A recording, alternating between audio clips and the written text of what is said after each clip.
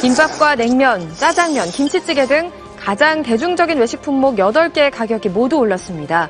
유통기한이 임박해 할인해주는 상품 판매도 20% 정도 늘어났습니다. 정부가 내년도 지역화폐에 대한 국비 지원 예산을 전액 삭감하겠다고 예고했습니다.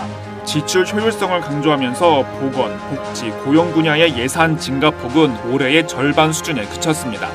정부가 세금을 깎아주는 방안들을 줄줄이 예고하고 있습니다. 법인세, 상속세, 증여세, 재산세, 그리고 주식 양도세까지 주로 부자들이 내는 세금이죠.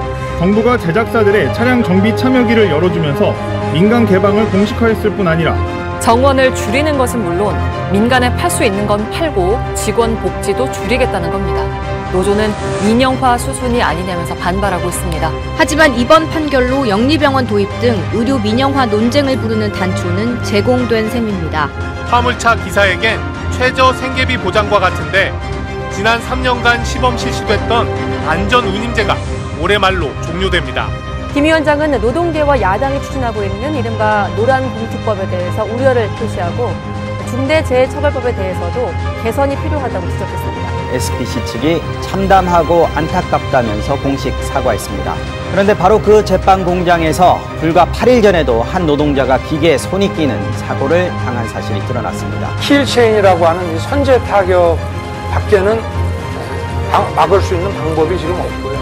핵전쟁 위험을 줄이기 위해 핵무기를 극히 제한적으로만 사용할 것이라던 미국도 태도를 바꿨습니다. 한미연합 공중훈련 비질런트 스톰이 하루 연장된 데 대해 북한이 한미양국을 거칠게 비판했습니다.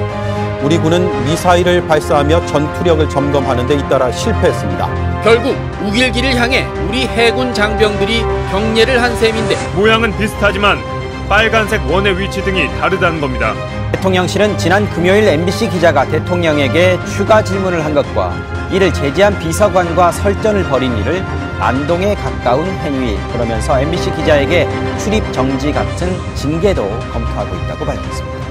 국정원과 경찰은 지난 3일 창원지법에서 영장을 발부받은 뒤 제주와 경남의 진보계열 인사 6명에 대해 동시에 압수수색을 벌였습니다. 경찰국의 초대 수장인 김순호 국장이 내부 밀고자로 활동한 뒤 그 공로를 인정받아 경찰에 특별 채용도 했다는 의혹이 제기됐습니다.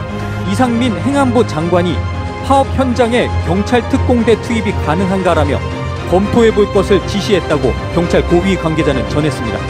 이태원 사고가 나고 이틀 뒤인 어제 경찰청이 시민단체와 언론 그리고 여론 동향에 대한 정보를 수집해서 정리한 내부 문건을 저희 취재진이 입수했습니다. 무능한 이 정부에 아들을 뺏겼지만 엄마는 더 이상 아들 앞에 그저 눈물만 흘리고 있는 무능하고 무지한 엄마는 되지 않겠노라고요. 제대로 된 조사와 제대로 된 사과, 우리 아이들에게 사과하십시오. 책임 있는 자들은 책임지고 대통령은 진실성 있는 공식 사과하십시오. 마지막으로 우리 아들과 희생된 모든 우리 아이들에게 지켜주지 못해 미안하고 사랑한다고 큰 소리로 전하고 싶습니다. 사랑한다 아이들아. 사랑한다 우리 아들 너무나.